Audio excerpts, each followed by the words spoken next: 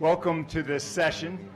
My name is Brad Bernthal. I'm an associate professor in the law school where I direct the entrepreneurship initiative for our Silicon Flatiron Center. The date is Wednesday, April 11th. This is panel 3401 with the title Technology Gone Wild.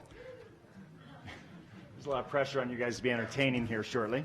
I've got a couple of public service announcements. The first is one that relates to the donations that make this conference possible. Before we turn to audience questions, as well as the panel discussion, we would like to quickly mention the CWA 70th crowdfunding campaign. To celebrate the Conference of World Affairs 70th year, we have set a goal to raise $70,000. We're a quarter of the way to the goal and appreciate support. Any amount helps. You can give by selecting the donate button in your app or visiting the CWA website. Speaking of the app, an announcement that relates functionally to the way that we will proceed. I will be moderating the discussion, and all the panelists sort of plead for me to ask few questions as possible and rather channel the collective wisdom of the group. So please submit your questions by app, and I'll be monitoring that. Yvette and Will, you're here. Do we have note cards as well? All right, so if you are not app-enabled and you're looking for the old way to submit a question, Yvette and Will, and special thanks to them for helping make this happen. So with that, we'll proceed. The first 15 to 20 minutes, we'll have some opening remarks, and from there we will go into moderated discussion based primarily on the questions that we received from the audience, and we'll conclude at about 5:40. By way of introduction, I've been asked to keep this very brief and refer you to their bios in the program.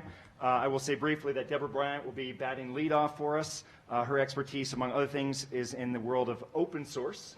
And to Deborah's right, your left, is Heather Roth, who has specialization in the study of artificial intelligence and ways in which it is being weaponized.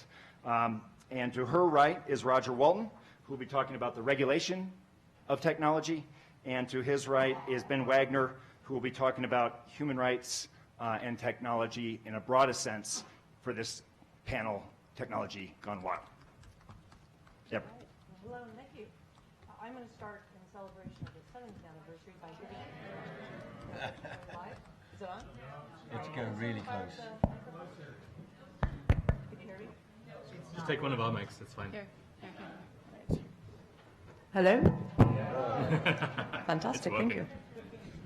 All right, so in celebration of the 7th anniversary, I'm going to give you a throwback Technology Gone Wild quote. 1877, the telephone was invented, and the New York Times editorial said this about the telephone: the telephone is an invasion of privacy. This is a direct quote. We will soon be nothing but transparent heaps of jelly to each other. Well, telemarketers changed that years later. But I am keenly interested in privacy. For those of you that may have seen the keynote talked about the confluence of multiple technologies coming together to create the right conditions for radical change and innovation. And when that works well, it can do great public benefit. And there's great potential to improve the human condition through the rapid acceleration of technology. But there's a downside and a dark side, and we're all part of that. We can be part of the problem, and I'm hoping we can help to create a change. My concern is about the risk of the confluence of social media platforms and other forms of engagement on the internet we do personally, the collection of personalized data, and the opportunity to be able to bring them together and create new information about ourselves and each other through something called artificial intelligence and machine learning. This creates both an opportunity to do great things for the human condition, but also we've seen through the recent news there are opportunities for risk, and we need to understand more about that. I'm spending a lot of time now calling for more accountability within my industry so I can be part of the solution rather than the problem, and that's what I'm thinking about today. Thanks.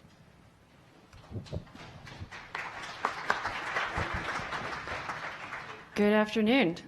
So if we're going to go in the kind of theme of quotes, I also want to have a throwback, the 70s to the 70th anniversary.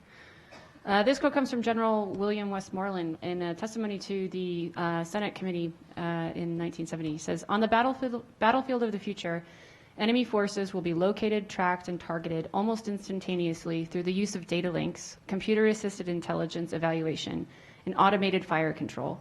I am confident that the American people expect this country to take full advantage of its technology, to welcome and applaud the development that will replace, wherever possible, the man with the machine. From 1970. This is what I want to talk about today. That vision of 1970 has been in play for the last 48 years. If maybe we can even go into the 60s and say longer, give it a nice round 50-year mark. And I want to talk about how artificial intelligence is really the key to that vision of replacing the man with the machine, and how we need robotics and AI in military applications to, well, we don't necessarily need it, but this is where we're going. And we're looking at that in various areas, so weapon systems, decision aids, and the weaponization of information itself. I'm also open to talking about today the concept of meaningful human control, which was a concept put out by an NGO, Article 36, and fleshed out by Article 36 and myself several years ago, about what a regime of control, so to basically limit this technology gone wild in the war context, in the national security context, that we could in place on militaries and on weapons producers and manufacturers, as well as on states. And also really thinking about how the technology we're developing in artificial intelligence right now is not ripe enough and is not controllable enough for us to robustly and sufficiently think that it is reliable and predictable in the use of armed conflict. Thank you.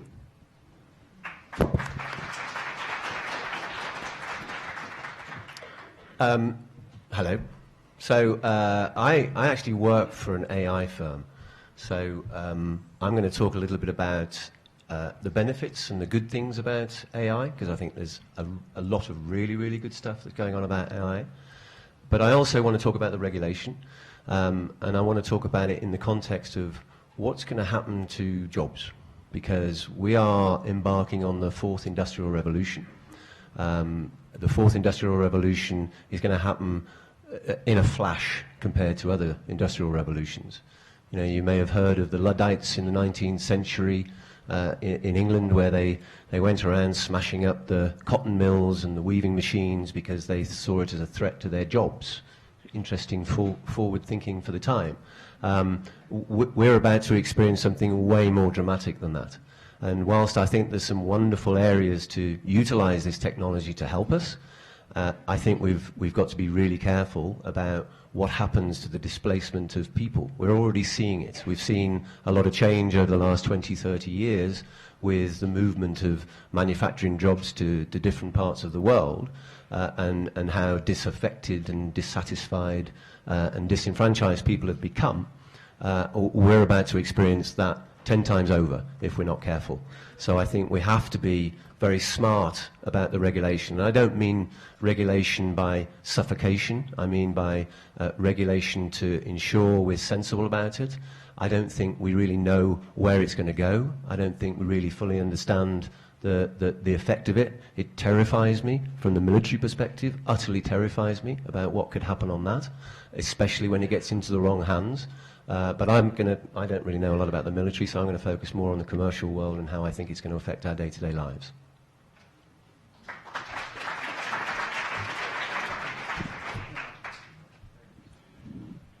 So just to build on what's already been said, I spend most of my time teaching software engineers, and I find it fascinating to see to what extent, when we're talking about a lot of these problems and challenges, we're expecting human beings who have not been trained in ideas of like what the future of society could be, or technology going wild, or indeed ethics and many of the other concerns that you've heard of on this panel, being asked to make these very important decisions in society.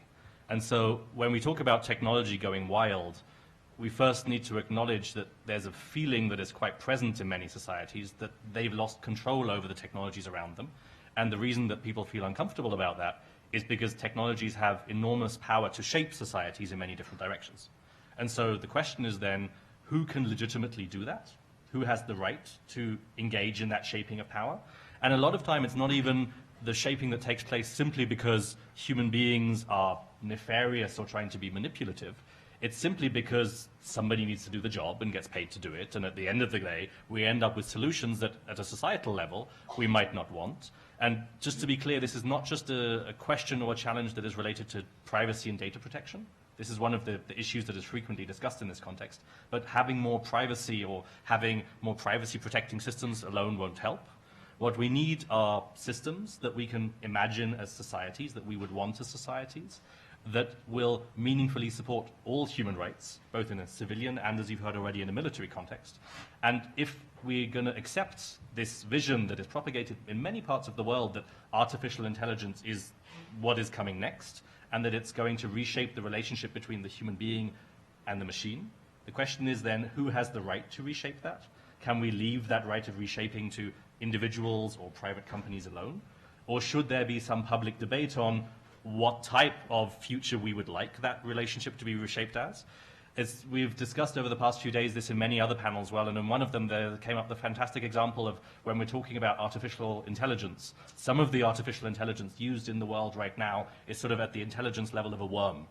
And that's not very good when you're talking about worm-level intelligence, because it's not very intelligent, right?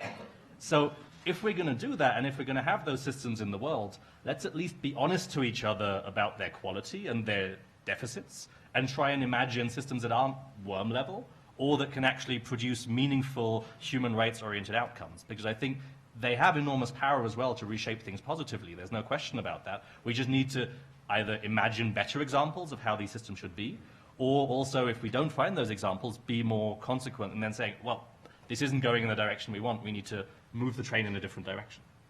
Thank you very much.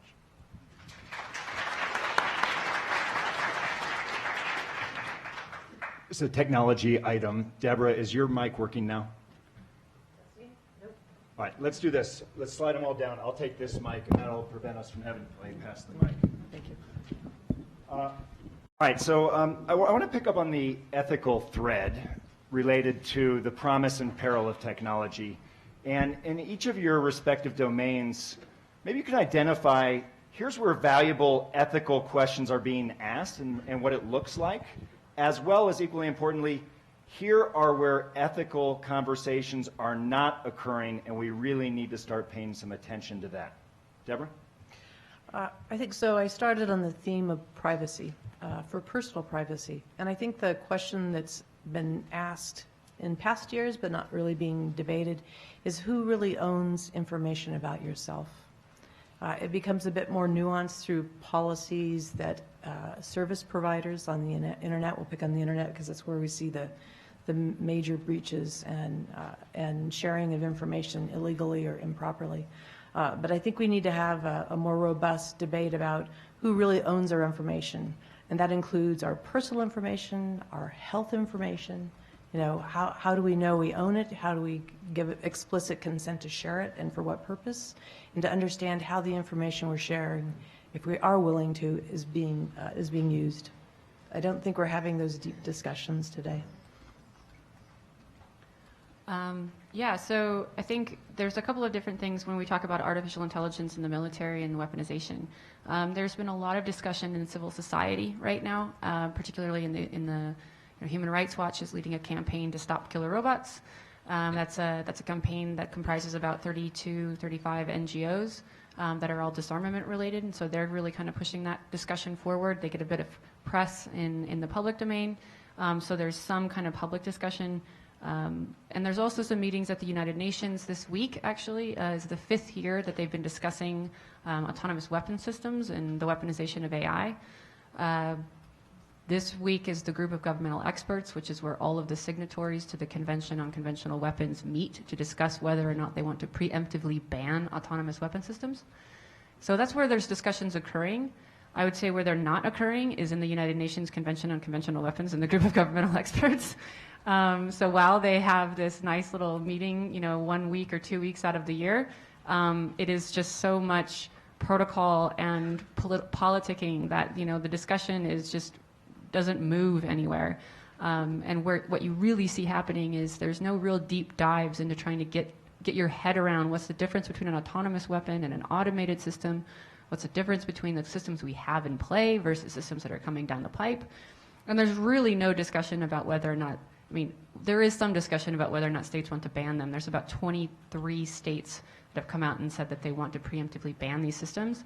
We're talking about nation states here? Nation states, yeah. So Cuba, Pakistan, Austria, and these types of the non-aligned movement states have come out.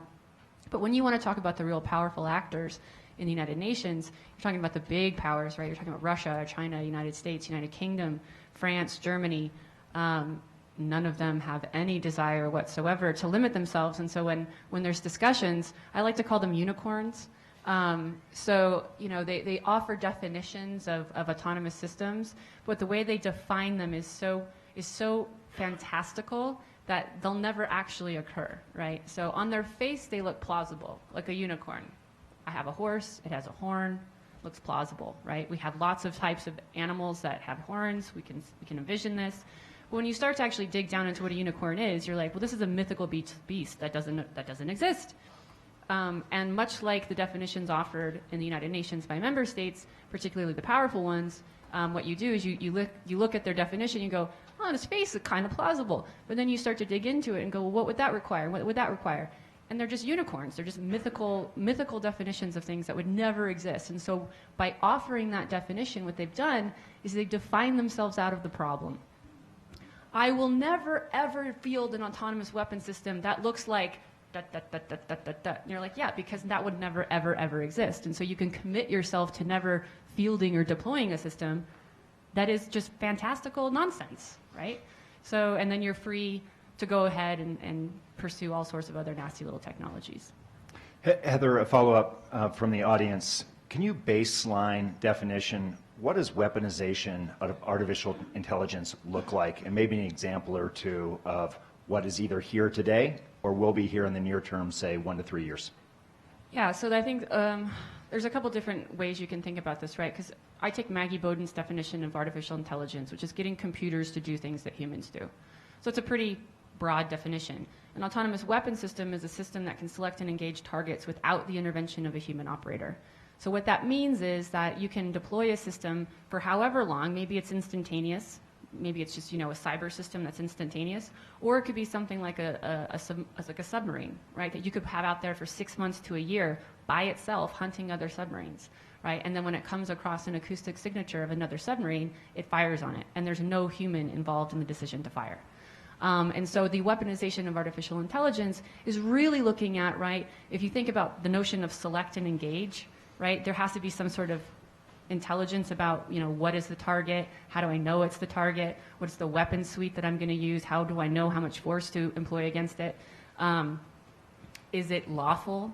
Oh, right? You know, is it a discriminate system? Is it upholding the principles of proportionality and necessity and precaution? The ICRC would probably say no.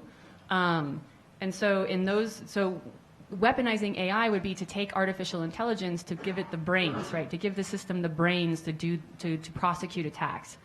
Another way to think about the weaponization of artificial intelligence is to think about using those in intelligence-related roles, right? So the gathering of information, intelligence, surveillance, and reconnaissance, and taking that information, maybe drone footage, video imaging from predators or reapers, and then using artificial intelligence to analyze that footage and identify potential targets, to push those to commanders, to use artificial intelligence to war game, to come up with various courses of action that is then given to a commander to make a decision on. So there's all sorts of ways in which you can talk about kind of individual level tasks that currently humans do. Everything from planning an attack to prosecuting an attack to planning a campaign to understanding what analysis and intelligence reports look like, and using artificial intelligence in that way to militarize it or weaponize it to prosecute, coerce, and use force against an adversary. Super helpful. Thank you. Roger, I'm interested in picking up on a thread that you put out there before in terms of the displacement of people in view of artificial intelligence marching forward. And same question in terms of ethical dimensions of that from your vantage point. Yeah, well, it's interesting. You're 1,000 times more likely to commit suicide than to die from a military action. Well, it depends on where, but I mean, statistically across the globe. So I'm more concerned about, why are people doing that? And that's because there's a lot of things going on in the world that are pretty scary right now. So one of the things that we do at my firm, we help financial institutions find bad guys. So we look for suspicious activity. We look for money launderers. So we constantly fight and work with the regulators around what's the right thing to do and what is ethically the wrong thing to do. How much information are we allowed to take on? How much information is the bank that we're working with allowed to share about you? How much information are they allowed to share between banks? I mean, right now, they cannot share information about you between institutions, which you think from an ethical perspective is the right thing to do. Why should Bank A know about my transactions and where I live? But if you are trying to battle the scope of money laundering that goes on in the world right now, which is about nearly 5% of global GDP, you're talking trillions of dollars of proceeds of crime, why shouldn't you have to share that information? So how do you manage that? How do you do it ethically? How do you do it correctly so that it's not abused? And we've all seen the many examples where our data has been shared accidentally or even on purpose gone into the wrong hands. So we've got to be very careful about that. And we don't have all the answers, but certainly that it's something that we have to think about and we have to address. But I want to take you on a little bit of a sort of a future view of what information we share, what information do we give away. I made a little joke on a panel earlier on this morning that we all use social media, and it's quite extraordinary how much information we'll share to watch a cat video, and we do. And you think, look at the news of what Cambridge Analytica has found about us from our social media activities. It is quite terrifying. But let's take it a step further. Many of us use perhaps Kindle readers to read books, and right now Kindle will measure your activity. How fast do you read? When do you stop? When do you start? How long is it taking you to read a book? What's the kind of material you're reading? And we as humans typically will remember about 20% of what we read. They remember everything about you. So then take a step further forward and think about where this technology might go. So why wouldn't you, if you had a free Kindle, why wouldn't you say, yeah, you can take my pulse? When I hold the Kindle, it takes my pulse rate, it takes my blood pressure, it starts to look at my eye movement, it starts to read my sentiment, starts to read my facial expression about what I read and how I'm reacting. How much are we prepared to share about that? This is happening. This will happen. This technology is around to do this. So it is utterly terrifying about where we're going to go and what we're willing to share and what we're not willing to share. And I think it's just we have so much regulation in this world. There's lots of regulation around financial services. There's lots of regulation around narcotics. There's lots of regulation around drugs and the FDA. There is very little around the technology. Very little.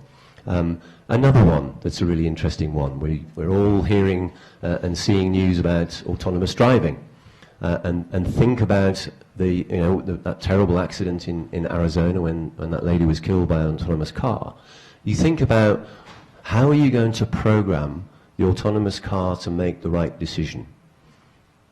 Yeah? Do we have a car that makes a decision about saving you or saving the other person?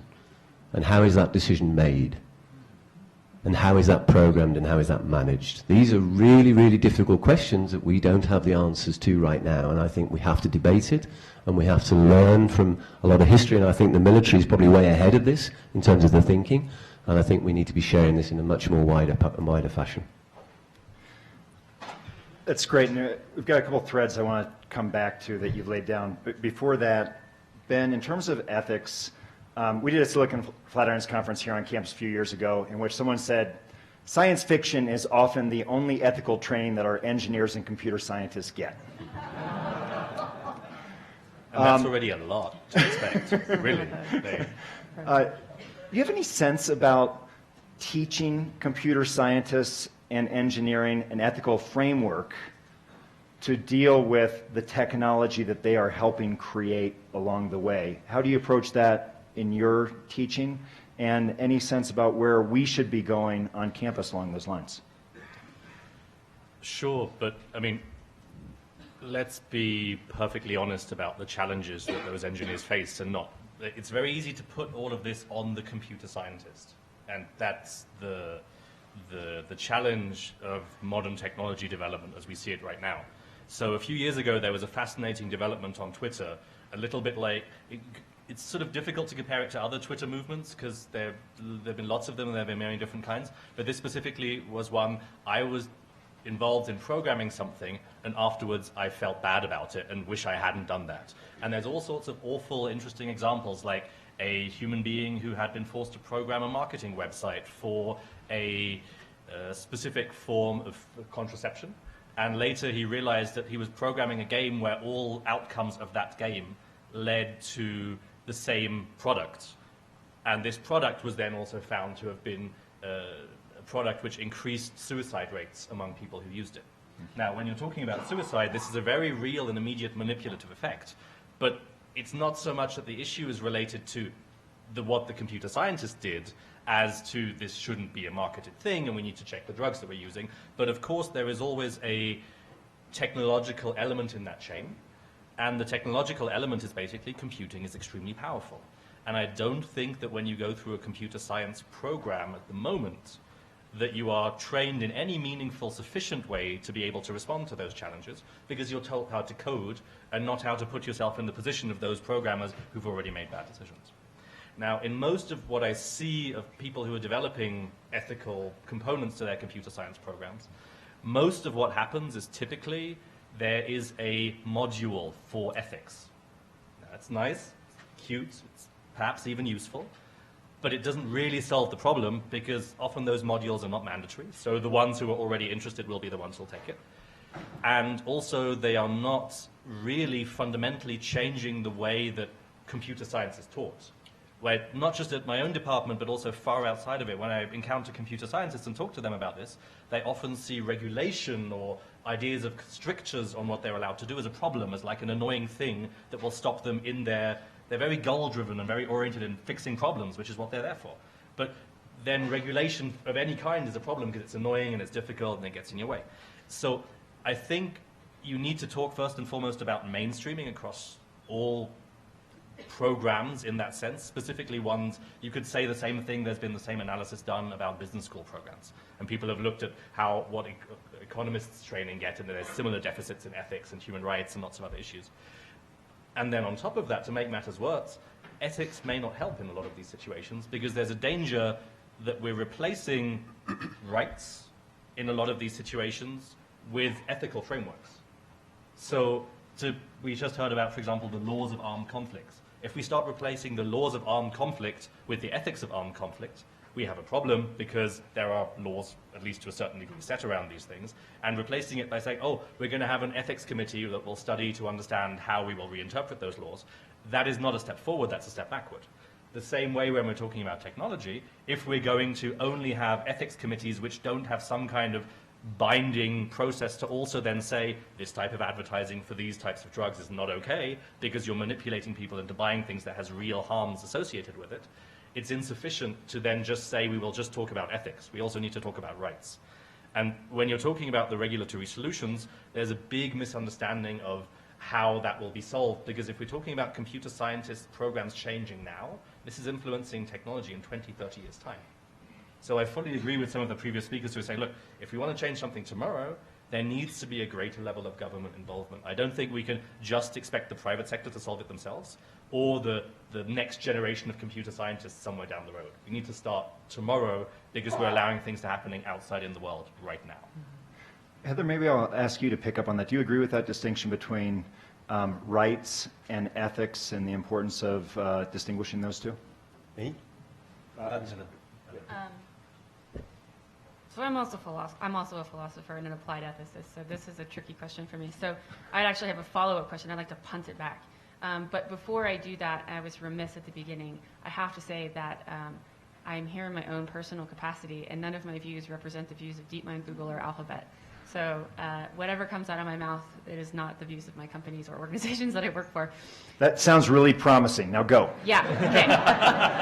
But I have to say. Is that an ethical statement or a right statement? That's a right statement. That's a right statement. But actually, the idea is just that, right? I mean, I want to ask, like, what's your framing of rights here? Because you can talk about rights as a legal framing, but there's also moral and normative aspects of rights. And so, I'm a little bit confused when you say rights and it has a particularly legal flavor, because much of the human rights literature is normative and not in any way legal. So I'm kind of confused as to why we have a false dichotomy. I mean, we can talk about the differences between law and ethics, but we don't have to frame all of law as rights. So I think the reason that I'm making that point and the reason that I'm emphasizing it is that there's a suggestion in the world we live in right now that a lot of the technology problems can be solved just by building greater ethical frameworks or supporting computer scientists learning these ethical things. And that's very important. We shouldn't stop doing that. That will solve part of the problem, but it won't solve all of the problem.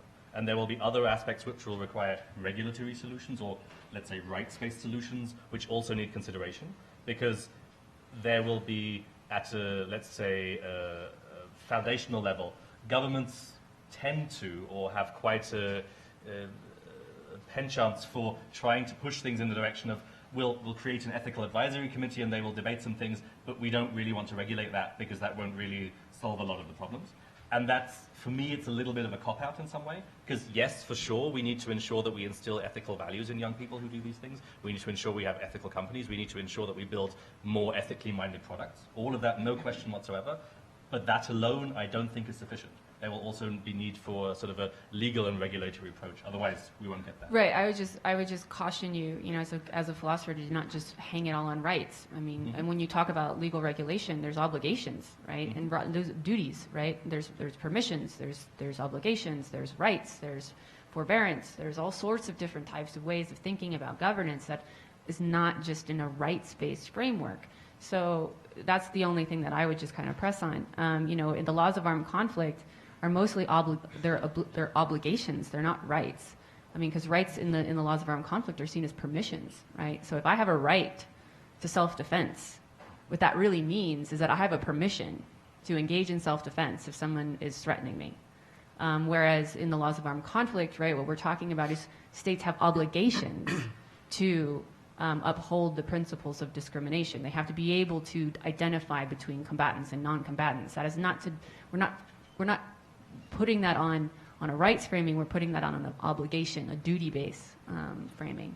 So that those are just, there's nuances to this, because how you actually then start to get into the weeds is really, from a legal and an ethical standpoint, the devil's in the details, right? And so when you talk about ethics training for computer scientists, yeah, I mean, the IEEE, which is the main organization for electrical engineering, it's a professional organization, has been going for the last, I've been involved for the last 2 years on this, of doing an ethical framework and a professional ethical code for autonomous systems and artificial intelligence, right? And that will have like standard operating procedures and codes of conduct for the profession, which is neither really, in the sense, ethical as you're using it, and neither is it governance regulatory law in the sense of, having to have things on the books.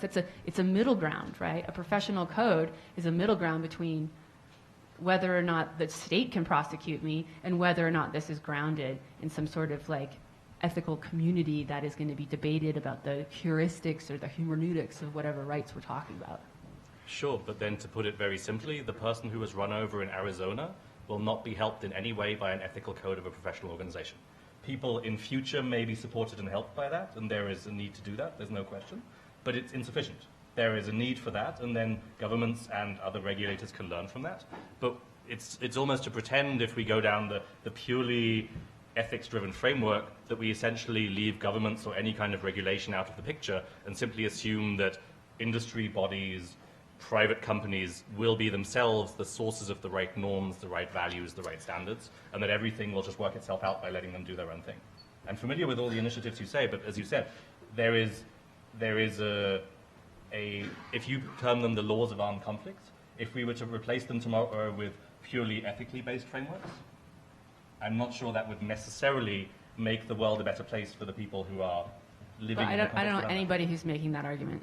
I'm a little confused where this debate's going. I thought we were talking about technology gone wild.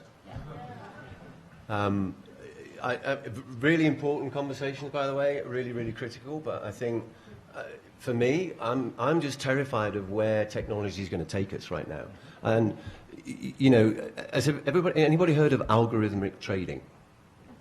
So algorithmic trading is one of the most useless uses of technology I've ever heard of. This is just about two computers trading on the stock market just to keep the volumes up. There is no benefit to it, there's no profit associated with it, it just does it.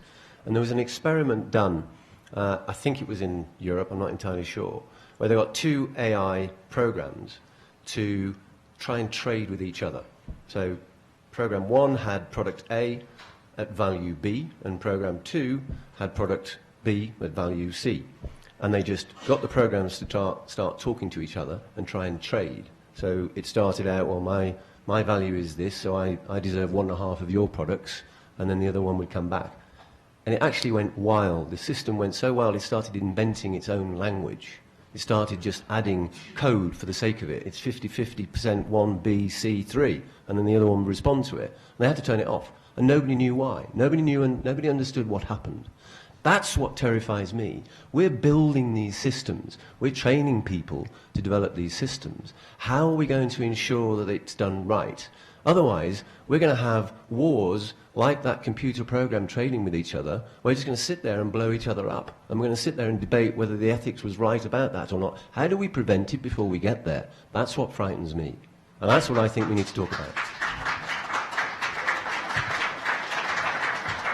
I mean, the debate is happening, though, right? I'm trying to bring it back because we're losing the audience. No, I know. I mean, but the idea is, right, that the debate is happening about these types of technologies, but you have to understand the technologies to really have the debate, which is so hard, right? I mean, you look at Zuckerberg's defense on Capitol Hill this week, you know, and aside from some of the squirrely questions that various senators asked him, or pumping their own, you know, kids' Instagram feed, which, you know, I think that, you know, the idea is that we as a community also have to become much more technologically literate so that we can engage in those conversations. We can say, look, this technology is moving too fast. You have to understand what the technology is before you can go, oh, hold on, hit the brakes. I mean, so in that sense, I think that technology gone wild has a civic component to it, right? Like we need to, as a civic society, as a civil society, as citizenry, need to educate ourselves in this. Yeah. So this is really a key point, and this goes back to the trailing end of the wild discussion thread on ethics, and the point that the status today is that the tech industry is self-regulated. We've left them to manage their own affairs. We've trusted them to correct problems when they came into public view that were problematic. Part of the reason it's that way, and we have very few regulations, is because it is a very complex topic. I worked as an advisor. I actually staffed a Legislative Fiscal Ways and Means Committee as one of the very first introductions to government. And there was only one person on a committee of 12 that really understood what they were hearing in testimony. They really don't understand. And it's that lack of understanding that gets the checkbox. If the high-tech companies are fueling the economy for the U.S., who are they, if they don't understand the technology, to say no? The second way they get most of their understanding comes from lobbyists. And this was explained to me by a state rep. Part of the role of a lobbyist is to help become the free resource or free consulting that the legislator doesn't have access to understand the technology. So his understanding of the problem may be from the last person in the door. So yes, the NRA has lobbyists, and the tobacco has lobbyists, and so does Amazon, and so does Google, and so does Red Hat, and so does all the tech companies do. So there's an influence there. So that lack of education is a problem. And this is where it comes back to personal. We have to educate ourselves. We have to know what we're operating into. We don't expect our citizenry to be technical experts, but we need to be able to raise these discussions publicly and talk about and demand radical transparency. Do you have my information? What are you doing with it? How is it being used? That's the space I'm promoting or considering to be regulated. On this topic, we've got a question from the audience related to the spurs of regulation and activity as it relates to technology. And that is, do you anticipate artificial intelligence to go unregulated until casualties occur, Uber or Tesla's self-driving systems being involved in deaths as examples? Or do you believe that we will be able to responsibly legislate and regulate AI in time to prevent bad consequences? I think we extrapolate that as, will regulation in this area constantly be reactive to high-profile problems, or will we be proactive and thoughtful in regulation on the front end? Can't wait. That will be too late. The technology is moving so fast. I mean, you'll probably know way better than I do, but there's debates now at the point of singularity. Anybody know what the point of singularity is? Where artificial intelligence takes over from the human capacity for thinking and ability, so it becomes more powerful to us. Is that going to be within 100 years? Is that going to be in 20 years? I think that I saw something about it's going to be within the next sort of 20, 30 years. And it's moving so fast. Unless we start to do this properly now, we won't understand what we're developing. Nobody has a full picture of what we're developing right now. We don't know what we're building. We don't know. Look at that example I gave you where they just built a simple example like that. It goes off and starts to develop itself. It's terrifying where we're going to get to unless we start to address this right now. So we have to look at it. We have to look at an education perspective. You know, I saw, has anybody read the book by Yuval Noah Harari, Sapiens? Fabulous book. It will change your perspective of where we've come from, mankind. Well, his next book, called Homo Deus, which is all about how we're going to potentially create human gods, or even robot gods. They're going to take over from the capacity of human thinking. It is brilliantly written, and it's terrifying, the thinking. But one of the things he raises is a first grader starting school today. We have absolutely no idea what to teach them, because we have no idea what jobs are going to be around in 20, 30 years' time, or even if there's going to be a planet left to live on. What do we teach them? We're teaching them now by pure inertia. We're teaching them by history, because we think, oh, let's just get them to pass tests, because that's all we know what to do. And so unless we start to think about it now, we need to be thinking a generation ahead, and we have to teach ethics, I think, at a very early level. We have to teach philosophy at a very early level, so that people can understand how to kind of make the best of this technology, but ensure that it's not going to eat us alive. The human genome, a few years ago, took about 15 years to unravel and about $3 billion. Now, you can send your sample, you send a spit sample off and you'll get it back. It's not quite the same, but you'll get your DNA sample and your genome broken down for a few $100 in 6 weeks. We're going to start to get into design and medicine. We're going to start to get where we'll be able to analyze what kind of drug for a very specific ailment that I might have that will work with me but might kill Heather, because it's safe for me but it's not safe for her, which is fantastic. You think about how powerful that might be. But think about where the danger that might take us. So all of a sudden, you have to maybe provide your DNA for a job application. How do you manage the ethics around that? How do you kind of understand where we're going to go with this? This is the way technology is going to take us in all sorts of different areas. Not just about AI, it's about technology doing wonderful things for us, but getting into the wrong hands, it's going to start to really, really hurt us. And that's, I think, we've really got to start thinking about this right now. Heather, on an issue that you teed up earlier in terms of the status of information, audience question, do we need to change the way that we think about individual production of personal data?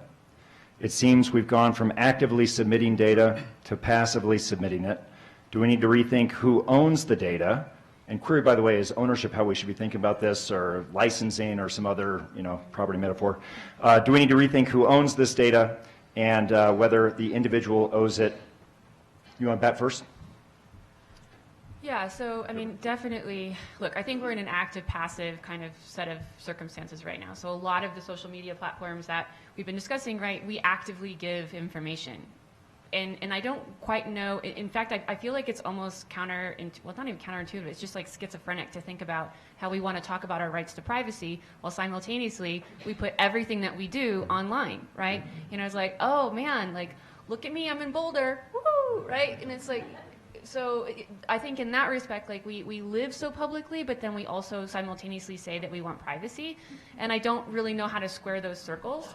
And so I think there's definitely a question about how much data we want to share, and we should be able to have control and knowingly know, like, only on this platform I'm sharing this information, and I consent to that.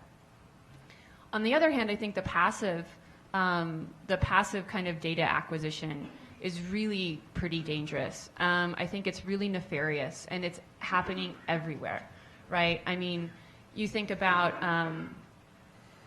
any single time, I mean, shoot, I worked for Google, but you know, they got a lot of data on you, right? Any single time you want to put a query into into Google, right? We store that little nugget of information. We store your IP address, where you live. We can create profiles and labels of everything that we think you like and do.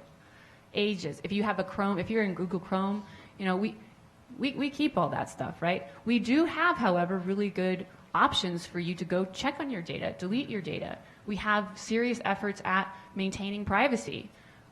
So, you know, while we have a lot of data, we work really hard to make it available to the user so that they can see what we have. However, right? I mean, some of the other passive things, so one of the technologies, you know, that Roger mentioned, this idea about sentiment analysis. You know, if you go into an airport, they're using facial image recognition. They're looking at your face to see if you're a bad guy or gal. And then they're going to be reading not only your body language to see if you're doing something abnormal or if your heart rate is elevated or you're acting suspiciously. They're going to also look at your sentiment analysis. We use sentiment analysis and facial recognition on advertisements, right? So those types of things that you have no control over the fact that, I mean, yeah, you have control over whether or not you go to the airport, but to say like that you're never going to go to the airport because that's the way that you're going to fight this is just ridiculous, right? You don't want to, we can't force our citizens to go off the grid to have privacy. And so I think that those passive acquisition stuff, we really need to start looking seriously about, you know, wait a second, what's your business model? What are you doing? What is the task? You know, data brokers, that's another one. I think data brokers are just worse than attorneys. No offense, attorneys. But like, you know, I have a lot of friends who are attorneys, so it's kind of a dig at them. But in reality, I mean, data brokers are terrible, right? I mean, they are really, really nefarious. And so when you start thinking about kind of the amount of money that's being made off of your data to try to sell you stuff or try to inhibit you from getting a job or inhibit you from getting a loan or getting a parole, I mean, these are the kinds of things that are happening right now. And so I think that people need to be the owners of their data. You know, we need to start thinking about ownership in a different way because we have this intangible thing, right? Our data is vaporware, right? I can't like, just that commercial with me and my data self is nonsense, right? There is no like physical data self, right? It's this nebulous vaporware. But we need to be able to have some sort of ability to query what these companies. And I would say to some extent, you know, the federal government has on us because there are significant facial image recognition databases that the intelligence services and police departments have on all of you. And you probably don't know that. And when you look at how bad facial recognition is, particularly for people of color and women of color, you could get accidentally picked up for a crime you never committed. And the data said that you did it. Right? So I think that we need to have a different conception of ownership, and I definitely think we need to have a much more serious conversation about not just the stuff that we're putting out there, but the stuff that we can't help but put out there. Deborah, this is right in your bailiwick. Would welcome your response in terms of some of the thoughts that were just laid out, and we also have an additional student question that I'll overlay, which is, what would it take for considerable change in behavior of the general population regarding data and our interaction with technology? I think that picks up on the comment, which is, what would we do for the cat video? Right.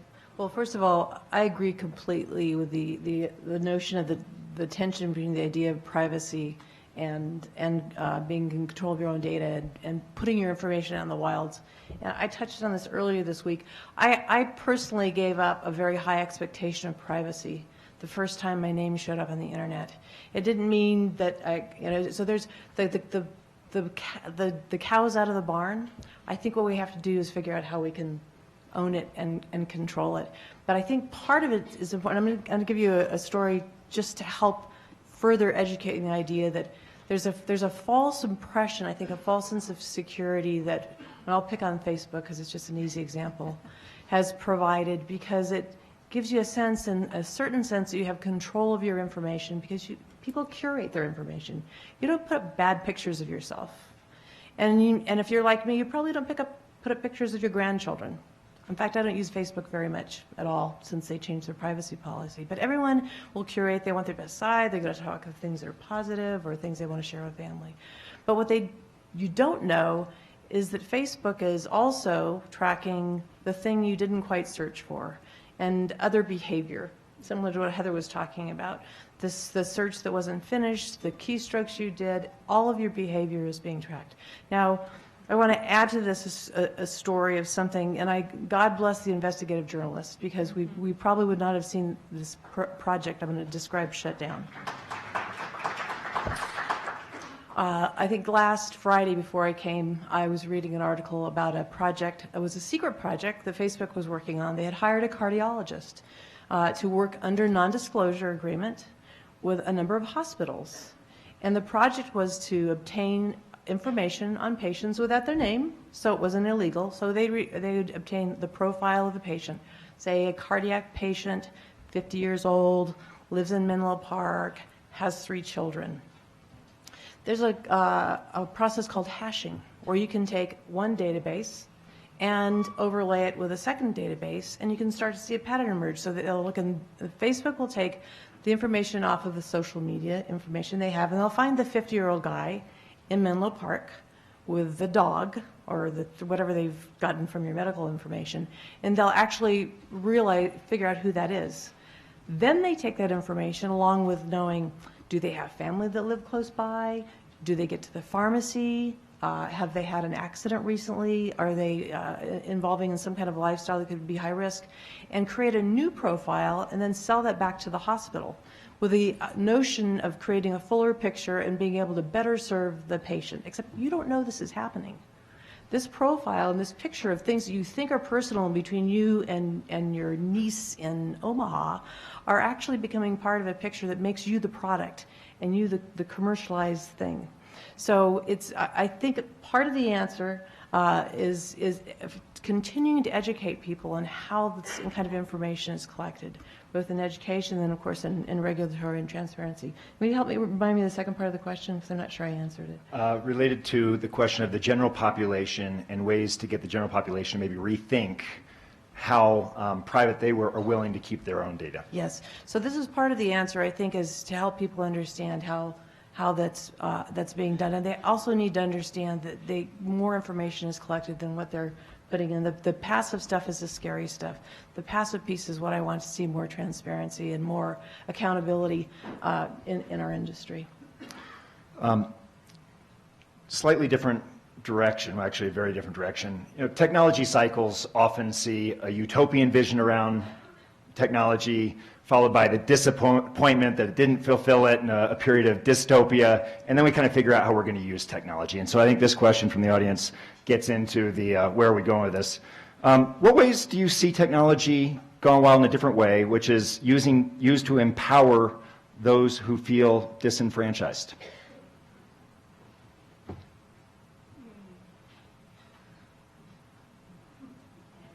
Is that to anyone on the panel? Is that to someone? Is that for a particular person? No, jump ball. Say it again? Well, perhaps I can try to answer, but it's an interesting one in the sense that, like, we would like to see more examples about this, and I think if you look at the theory of what technology could do, there's no question that in principle it potentially has the ability to do this. In practice, what we see a lot of the time is that the actual solutions are not quite as empowering as we would like. But I do think that there's sort of a space for technology to be sort of, to a certain degree, an equalizing force. And that equalizing force is perhaps not that comfortable for many of the European or Western countries that are used to being top dog in the world. when it comes to, for example, access to education and access to information, there's no question that technologies provide massive advantages and massive opportunities, but those opportunities are often not obvious to us because we're used to them, and they're very normal for us. Whereas for lots of people in different parts of the world, but also for some people in the countries we live in, it's quite an unusual thing to have access to fantastic information or wonderful ideas or wonderful perspectives. What I would also say is that technology and an empowering perspective, it sort of goes hand in hand with societal development. So it's not that the technology is this exogenous factor that comes in from the outside and that there's this independent human thing, but rather they develop together, and the one shapes society, tech shapes society, society shapes the technology. And so I find it fascinating when I hear all of these stories. I've heard them several times now over the last few days, where people are saying we need ownership of our data. We need to be able to control these passive shifts where people don't have control over these things. And like, there is a European General Data Protection Regulation coming into force next month, which will at least try to do a lot of those things. Now, it's not perfect. There's lots of problems with it. There's lots of difficulties. There's lots of things which can be improved. There's no question about it.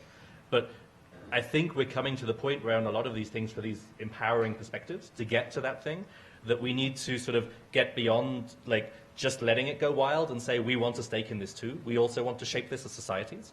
And that sort of co-shaping will go back and forth. So then the technology will say, oh no, you've regulated this too much, we need to change and shape this. And then there's sort of a regulatory pushback that says, okay, but in this area there hasn't been. And so it sort of co-develops over time. And I think that's also important in a sense that if you think about this, this is something that everybody in this room can do on a day-to-day basis. If you want to know something empowering about how technology can change your life, if you know an engineer or somebody who works in engineering, ask them whether they've thought about ethical questions, exactly like the ones that Heather was asking. Ask them whether they thought of that they were doing something that they wouldn't like to be doing. If you know somebody who's in politics, ask them whether they have good oversight over technology companies, and if they don't, whether they can try and do that. And it's incumbent on people who care about these things and think that this is important to go out there and do it, because a large part of society, nobody wants to be put in the situation where they're like the person, the money launderer or the bad person in the room who's doing wrong things. Everybody wants to be a good person within society. And the worst thing that can happen to you is if you get up in the morning and look in the mirror and think, damn, I wish I wasn't doing this job. I wish I was doing something else. And so reminding people who work in many different fields of their responsibilities to society and say, look, you need to work harder, you need to do things better, because these technologies could be empowering, they should be empowering, and they have that potential, but right now they're not getting there. If we as collectively as citizens do that, not only will the technologies change, we'll get different societies as well. Can I just, I want to give 3 applications really quickly that are maybe a little bit more, you can wrap your mind around them. So I think empowering has 2 different ones. One is in societal factors, right, and governance. The other one is just for people, like actual applications. So we have some serious, really awesome technology regarding neural implants and prosthetics, right? So having robotic prosthetics and a neural implant, somebody can actually start to feel things and maneuver. And this is giving empowerment to people who are disabled, right? That otherwise would not have that opportunity. The other types of things that we're doing with exoskeletons, right? Using exoskeletons, these robots, robot legs that allow people who are paralyzed to start walking. What we have found is that once they're able to do that, they're regrowing the synapses in their brain to start walking on their own, right? So when you start to think about exoskeletons, you start to think about some of the research we've done on brain trauma. DARPA is doing a lot of stuff on brain trauma right now. I think there's a host of technologies that can really improve the lives of people who have been disadvantaged or disabled, the elderly people, giving them mobility and more power over their lives, right, through technology. So I think that there are some serious applications that you can look at an individual level that doesn't necessarily have to be societally game-changing, but can be game-changing for a unique set of individuals. I may be able to give a few more hopeful examples. In societal, I work in the open source software arena, and the confluence of social media and being a networked world and having access to applications that have been written that are freely available have played a big role in things like crisis and disaster relief in Haiti, where there was a terrible disaster. It was a country that really didn't have any maps. It was very hard to even understand where the infrastructure was, or where to find a hospital, or figure out whether the hospital was still open, where are the central offices for the telephone and the infrastructure. And the response to that crisis was done through volunteers that were using free software tools. A project called OpenStreetMaps, where they gave people who could walk the streets a laminated map with a current map, and they went out and they drew whether a building was still standing, a telephone was still available, the neighborhood was still active, put it back into the system, shared it. They had people in Portland, Oregon who weren't technical, but they were translators and they spoke French. And the phone company had them review the text logs from cell phone text. So there were literally people buried in the rubble. And they were helping identify who was just trying to find their family and who was actually asking for help. So there are really hopeful, wonderful things we're doing with technology, just as an offset. Not all bad. Right? Not all bad. And open source, I will just say for open source, if you saw the keynote yesterday, he talked about open source being part of the innovation and disruption technology. The core value there is it's a shared collaborative model. It's something that's freely open to society. We see a lot of really bright and hopeful applications in the medical and social society. More secure too. Plus it has a lot of people. It has applications. For instance, we have a foundation that's working on doing an open source voting system, election system, so you can actually see the code that you're using to run your voting systems on. So the implications for continuing to use that kind of technology is super helpful. And that's a really interesting point, because I think a lot to do with how we help or how we manage our own data, what's out there, is we need to get more educated. Well, what does that mean? How do we do it? Where are the risks? What's associated with that? And I think with open source as well is what is wonderful about that. It is more secure, as you say. Nobody owns it, so nobody can exploit it, and nobody can overcharge you for it. So maybe one of the things that we could look at is saying, well, why don't we make our data open source? Not that everybody can see your data, but by definition, nobody can own your data. Google cannot own your data. It has to be open. It has to be there, but we have to be educated about how we do it. And I think that's the critical thing here, is that there's lots of wonderful technology and there's lots of scary technology that's coming. And I really just don't think the general public, which is really what we're talking about here. These are the important people. I feel very privileged. I've got insight into technology, and I have a degree of understanding of it, not perhaps as much as some of these guys do, but I think the general public have no clue. They don't know what they're letting themselves in for. And I think we need to do a much better job of educating. On the general public of interest, there's several questions that reflect some angst about what you teed up earlier, Roger, which is, in a world of software and artificial intelligence, there's a scalability to what the machines can do that is already displacing humans, and probably that's going to accelerate. Some of the questions relate to, what does a winner-take-all world look like? What does wealth distribution look like in that world? And what are we going to be looking at in terms of jobs and the safety net in that world? So in the United States, if you looked at the male population aged 18 to 24, 25% of them drive something for a living. All those jobs are going to go. They will not exist, probably 10 years from now. Everything will be automated. You look at the millions of jobs that are sort of mid-ranking clerical type jobs. They're all going to go, because there's robotic process automation, which is highly sophisticated software that will simulate what humans do on a computer. They'll bring data from one source, look at an application form, map it to that, check something on a public database, and then send it through in a workflow process. A lot of those jobs are going to go. You look at the legal industry. Many of those jobs are going to go away. You won't need paralegals in the way that we've used them before, because everything will be software available. Medical prognosis. There is so much more efficiency. A computer can look at 1,000 images in a millisecond and diagnose a particular condition way quicker than a physician can. A lot of those jobs are going to go away. What are we going to do with everybody? What are they going to do? We're going to create a mass, I think Noah Harari calls it the useless class, because there's no use for them in society. So what's going to happen to them? How are we going to provide an environment where they have a purpose and a meaningful existence in that life? Do we tax the software such that we can provide a universal basic income for these people? I don't know what the answer is, but these are the things that we've got to think about, and these are the things that really frighten me. Any other thoughts about that topic before we leave it behind? Just to add on something, it's very plausible to think about now all of the jobs that will go away or disappear. I think it's at least important to mention that the academic literature on this is a little bit up in the air. We have a lot of prognosis that are saying there'll be millions and millions of jobs lost, and lots of other ones saying in the past, when technological innovation happened, there were other jobs, and there's for sure a big shift happening. We don't quite know what's going to happen. There's a big shift there. What I think is also important to consider is in the way that we're developing jobs right now, and in the way we're creating workplace environments, things are changing in ways that we wouldn't have expected before. So somebody who may have been, let's say, a steel worker before is now working in an Amazon packing facility. And in that Amazon packing facility, they're competing with robots for quite similar jobs.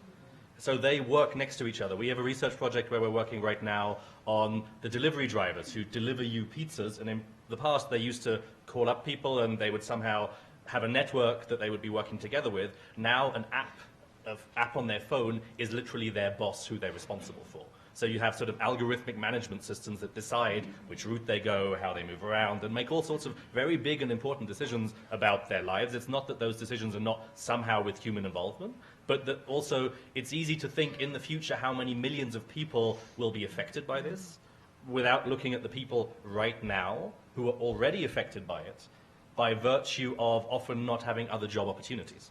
So if you look at the taxi driver right now who's competing with the Uber driver, if you look at the Deliveroo driver who doesn't have a boss anymore but who is working for a computer, things are changing, and things are changing very rapidly and very quickly. We shouldn't pretend that this is something that is 20, 30 years ahead, but we're in the middle of it right now. And there, just one last, I wanted to make one tiny point on educating people because I think it's really important. For sure, we need to educate societies and human beings and peoples to understand more about technology. I feel a little bit uncomfortable if we focus too much on education, and this is me as an academic saying it, because it is an uncomfortable balance where it flips into almost like blaming the victim. There was a German politician in Europe who, when victims of revenge porn came out on the internet, said, well, all of these stupid people who put their naked pictures online, they should be blamed for it themselves. And this is a very common thing when we talk to technology users, that they're blamed for being so stupid that they weren't able to use the technology properly. And a lot of the time, it's not just education that will help there. It's also empowering users to have choices over their technologies and acknowledging that if technology breaks in some way, it's not just that easy to blame the user and say, oh, you were stupid, you didn't know how to use it in the right way. It's also to acknowledge that the technologies don't allow the users, in many ways, to interact with them in the ways that they would want to. Now, that's not that there isn't space there for education, of course there is, but it's easy to sort of flip and then say it's the user's fault rather than to say, yes, we all need to know more, but we also need to be given more choices and more information about the technologies we're using so that we can use them better. And that will be responsibility of private companies and also of more transparency regulation to ensure that we get access to that information. Can I really quickly? Heather, you've got 1 minute. Go. To double down on that, I think one of the things about the title of this panel, Technology Gone Wild, right? It's gone wild because it's the Wild West, right? I mean, so thinking about this and not victim blaming, but saying like, look, these companies are highly negligent in so many different areas, right? And they're abusing the fact that there aren't regulations. I mean, if you knew that you had no rules, right? I mean, this is like, and it's the philosopher in me, right? This is like Plato's Republic, right? If you don't like Plato, R.R. Tolkien in The Ring, right? If you could make yourself invisible, what power do you have, right? And basically, that's what these guys are doing, right? They've made themselves invisible because there's no laws, so they can just do whatever they want. And so in that respect, you know, we don't want to victim blame, but we also have to say like, whoa, I didn't know this was happening because there's nothing on the book. So of course technology is going to run wild because it's in the wild, wild west. With that, please help me thank Deborah, Heather, Roger, and Ben.